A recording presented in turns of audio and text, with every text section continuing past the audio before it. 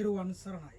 කඩවර සෝන්කාලී දේවාලය මාර්තු මාසයේ 5 වන දින මාර්තු මාසයේ 4 වෙනි දින දුරබැහැර ප්‍රදේශයකින් දරුවෙක් ආවා. දරුවාට තිබුණේ ලොකු ළමයෙක් වෙනකොට එහෙම නැත්නම් වැඩිහිටි වියටපත් වෙනකොට තනිකම් දෝෂයක් ඇවිත් තියෙනවා. ඒත් එක්කම දරුවාට දැන් අවුරුදු 28ක් කාලයක් යනවා.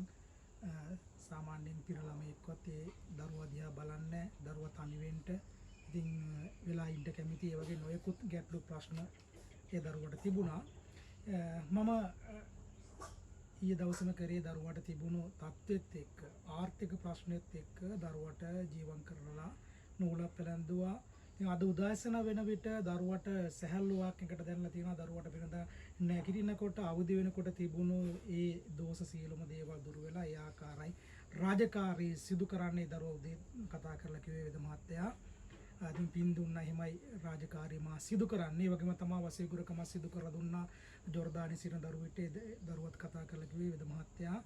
ඔබතුමා කරපු වසීගුරුකම සාර්ථකයි කියලා ඒ ආකාරත් ඇත්තම සතුටුයි. දිනෙන් දින ඒ ආකාරයම තුමාලාවල් මැසේජ් ඒ දරුවෝ මට එවනවට ඉතින් කරලා දුන්න ගුරුකම් වල ඒ දේවල් කියනකොට හරිම සතුටුයි. ඒ ආකාරයමයි කඩවර අපච්චිගේ අම්මා සෝන්කල් මෙන්න වහන්සේගේ පිහිට සත්තයි.